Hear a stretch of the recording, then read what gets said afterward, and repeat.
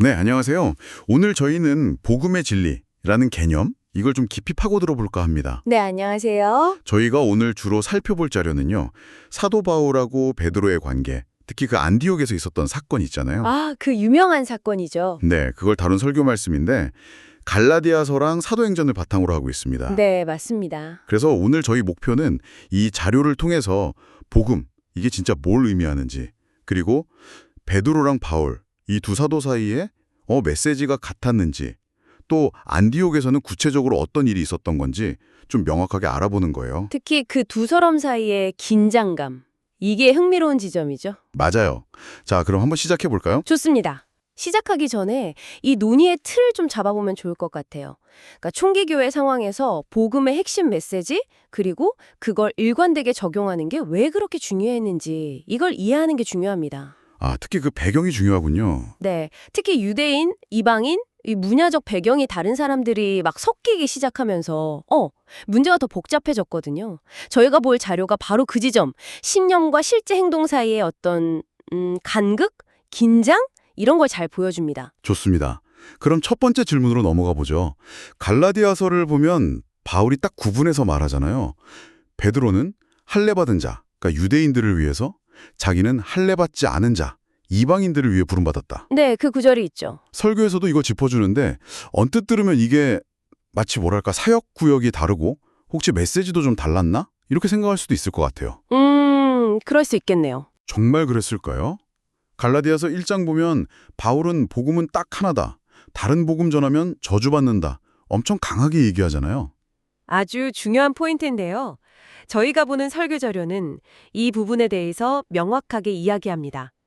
결론부터 말하면 복음은 하나였다는 겁니다. 아, 하나였다. 네.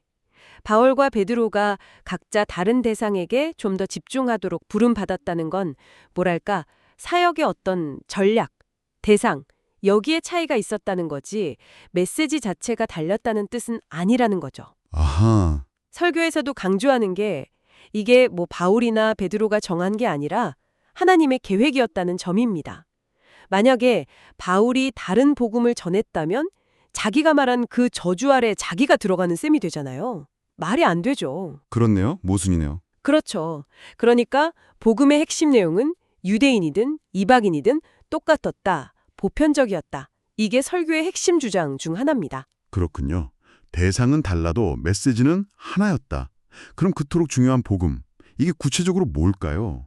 설교에서도 그 어원, 유앙겔리온이라는 그리스어 단어를 설명해 주던데요. 네네. 기본 뜻은 좋은 소식, 기쁜 소식인데 로마 시대에는 뭐 전쟁이 이겼다거나 황제가 뭐 좋은 소식 발표할 때도 썼다고 하더라고요. 맞아요. 세속적으로도 쓰였죠. 그럼 성경의 복음도 그냥 그런 여러 좋은 소식 중 하나 이런 걸까요? 바로 그 지점에서 세속적인 의미랑 성경적인 의미를 딱 구분해야 합니다. 아, 차이가 있군요. 네. 설교에서는 누가복음 예를 들어요. 1장 19절에 가브리엘 천사가 사가랴한테 나타나서 이 좋은 소식을 전하여 주러 왔다. 이러고 또 2장 10절에는 천사가 목자들한테 온 백성에게 미칠 큰 기쁨의 좋은 소식을 전한다고 하죠. 네, 그렇죠. 그럼 그 좋은 소식의 내용이 뭐냐? 바로 다음 구절 누가복음 2장 11절에 나오죠. 오늘 다윗의 동네에 너희를 위하여 구주가 나셨으니 곧 그리스도 주시니라. 아, 바로 예수님의 탄생이군요. 네, 이게 핵심입니다. 복음은 그냥 막연히 좋은 소식이 아니라 구체적으로 메시아, 구주이신 예수 그리스도의 오심, 바로 그분에 대한 소식이라는 거죠. 그렇군요. 누가복음 2장 14절에 천사들이 찬양하는 거나 지극히 높은 곳에서는 하나님께 영광, 요한복음 1장 14절, 말씀이 육신이 되어 이것도 다 결국 복음의 중심이 예수 그리스도라는 걸 보여주는 거고요. 아, 예수 그리스도의 오심, 그 자체가 복음의 핵심 내용이다. 그리고 설교에서는 이 복음이 그냥 말로만 끝나는 게 아니라 엄청난 능력이 있다는 걸 예수님 사역을 통해 보여주잖아요.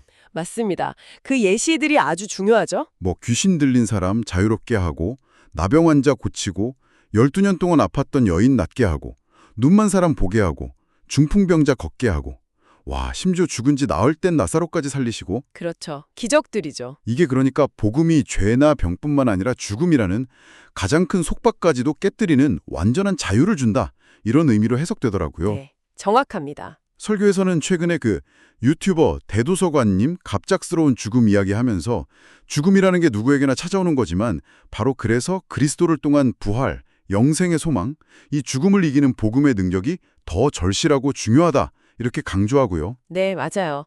그 예시들이 보여주는 건 복음이 그냥 추상적인 약속이 아니라 예수 그리스도의 삶, 그리고 죽음 또 부활을 통해 실제로 나타난 해방의 힘, 능력이라는 거죠. 능력. 네, 능력. 그리고 설교는 이 능력이 어떻게 우리한테 적용되는지를 갈라디아서 2장 16절하고 로마서 1장 16, 17절로 설명해요.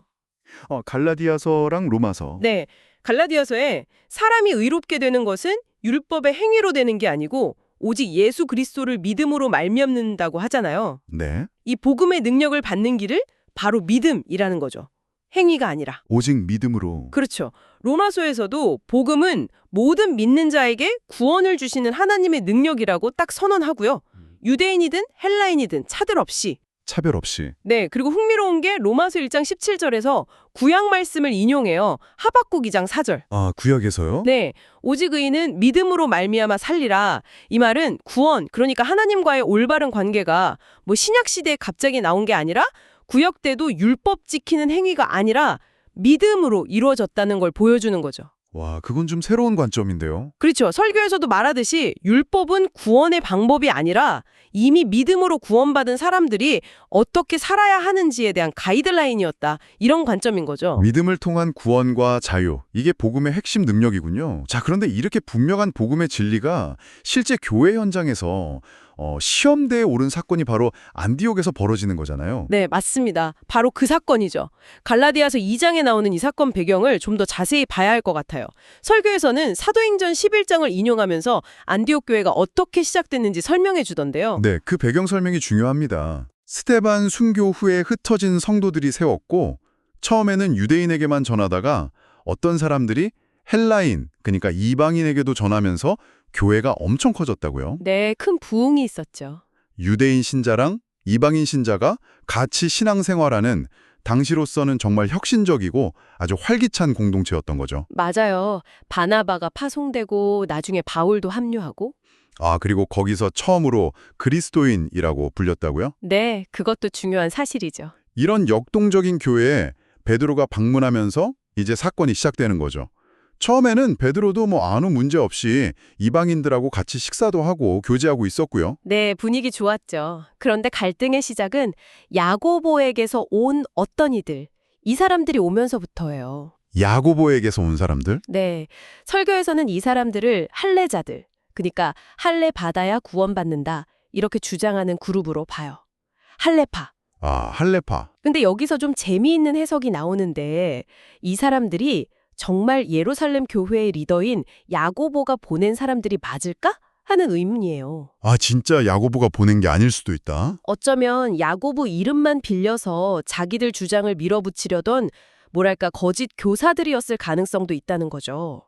갈라디아 교회처럼 안디옥 교회에도 와서 믿음 더하기 할례 라는 다른 복음을 퍼뜨리려고 했을 수도 있다는 추측입니다. 그럴 수도 있겠네요. 그 사람들이 누구였던 간에 베드로의 반응이 진짜 놀랍잖아요. 그렇죠. 갑자기 변하죠. 그 사람들이 오니까 갑자기 태도를 바꿔서 이방인들하고 밥 먹다가 슬그머니 자리를 피하는 거예요. 갈라디아서에는 이유가 명확하게 나오죠. 할례자들을 두려워하여. 네, 두려워서. 이게 그냥 단순히 좀 눈치가 보였던 걸까요? 아니면 설교자 추측처럼 이방인이랑 밥 먹는 거 가지고 막 시끄럽게 할까봐 괜한 갈등 피하려고 일종의 뭐랄까 전략적 후퇴를 한 걸까요? 어떻게 보면 되게 신중한 행동처럼 보일 수도 있었을 것 같아요. 분란 안 만들려고. 네, 그럴 수도 있죠. 하지만 그 행동의 결과는 정말 심각했습니다. 설교는 이 점을 아주 강하게 지적해요. 어떤 점에서요? 이게 그냥 밥 같이 안 먹은 문제가 아니었다는 거죠. 유대인이든 이방인이든 오직 믿음으로 구원받고 그리스도 안에서 하나다. 이게 복음의 핵심인데 베드로가 자기 행동으로 이걸 부정한 셈이 된 거예요. 아, 행동으로 부인했다. 그렇죠. 그의 후퇴가 안디옥의 이방인 신자들한테는 엄청난 혼란과 상처를 준 거죠. 우리가 믿는 방식 틀렸나? 할례 받아야 진짜 그리스도인인가? 베드로 사도 복음이랑 바울 사도 복음이랑 다른 건가? 막 이런 근본적인 질문을 하게 만든 거예요. 그 사람들 입장에선 정말 충격이었겠네요. 그럼요. 더군다나 베드로는 이미 고넬료 사건 알잖아요. 사도행전 10장, 11장. 거기서 하나님이 이방인도 믿음으로 받으신다는 걸 직접 받고 예루살렘 공의회에서 증언까지 한 사람이란 말이에요. 아, 맞다. 그랬었죠. 자기 경험이랑 신념이랑 완전히 반대되는 행동을 한 거죠. 결국 그의 행동은 설교 분석처럼 두려움 때문에 복음의 진리를 타협한 거고 교회 전체의 신앙 기초를 흔들 수 있는 아주 위험한 선례를 남긴 겁니다. 바로 이 지점에서 바울이 나서는군요. 네, 바울이 등장하죠. 바울의 대항은 정말 단호했죠.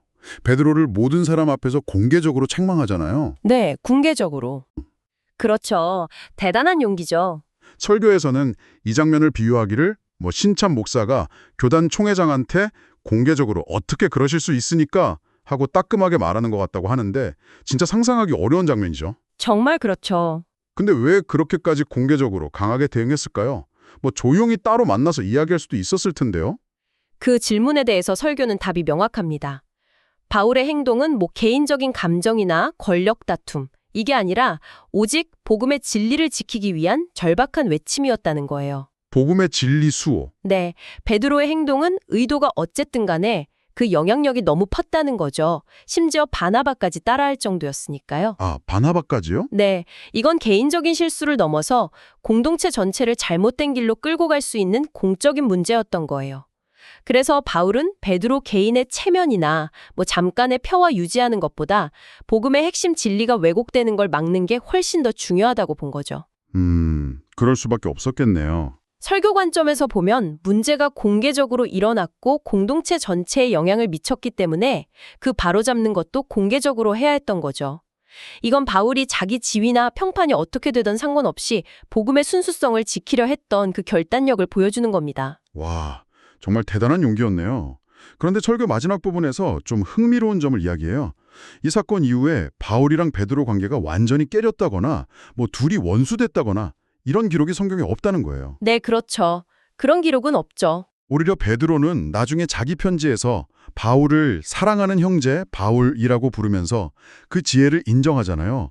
베드로 후서 3장이에요. 맞아요. 그 구절이 있죠. 설교자는 이걸 근거로 베드로가 비록 자기보다 어리거나 사도 경력상 후배일 수 있는 바울한테 책망을 들었지만 그게 복음의 진리에 맞았기 때문에 결국 받아들였을 거다. 이렇게 해석하더라고요.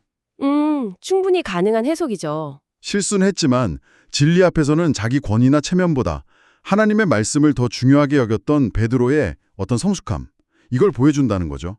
네, 베드로의 인격을 보여주는 면이죠. 여기서 설교가 주는 핵심 교훈은 결국 중요한 건 지위나 능력이 아니라 얼마나 복음의 진리에 충실하게 반응하고 살아가느냐 하는 점이라는 거고요. 그렇습니다. 핵심은 바로 그거죠. 우리 행동의 기준이 당장 편한 거, 아니면 다른 사람들 눈치 보는 거, 겉으로만 평화 유지하려고 진리를 슬쩍 덮어두는 거, 이게 되면 안 된다는 메시지예요. 아, 오직 복음의 진리, 이것만이 우리 생각, 판단, 행동의 최종 기준이 되어야 한다는 거죠. 네. 설교는 이 원리를 바로 청취자 여러분의 삶에 적용하도록 도전합니다. 일상 속에서 어쩌면 정말 사소해 보이는 선택의 순간들 속에서 당신은 이 복음의 진리를 따라서 분별하고 행동하고 있습니까? 하고 묻는 거죠. 생각해 볼 문제네요. 네, 설교 결론처럼 뭐든지 다 괜찮다고 무조건 받아들이는 것도 반대로 막 날카롭게 모든 걸 정죄하는 것도 복음적인 태도는 아닐 수 있다는 거예요. 중요한 건 복음의 진리라는 기준을 가지고 신중하게 분별하면서 살아가는 자세. 분별하는 자세. 네, 베드로처럼 순간적인 두려움이나 어떤 인간적인 계산 때문에 진리에서 벗어나는 그런 실수를 하지 않도록 늘 깨어 있어야 한다는 아주 강력한 메시지입니다. 오늘 나눈 이야기, 핵심을 다시 한번 정리해 보겠습니다.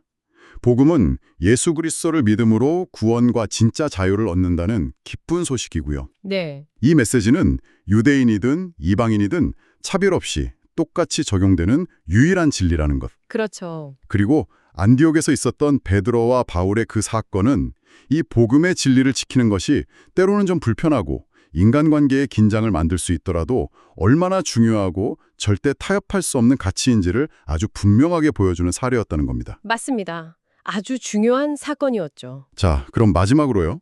네, 설교의 결론을 바탕으로 청취자 여러분께 질문을 던지면서 마무리하면 어떨까 싶습니다. 좋습니다. 설교자가 마지막에 던진 도전처럼 말이죠. 당신은 당신의 삶 속에서 아주 사소한 일상의 순간에서조차 복음의 진리에 따라 생각하고 판단하고 결정하고 있습니까? 단순히 성경 속 이야기를 아는 걸 넘어서 그 안에 담긴 원리가 오늘 여러분의 삶 속에서 어떤 의미를 갖고 또 어떻게 적용될 수 있을지 한번 깊이 생각해 보시면 좋겠습니다. 네, 정말 중요한 질문이네요. 오늘 이 깊이 있는 탐구에 함께해 주셔서 감사합니다. 네, 감사합니다.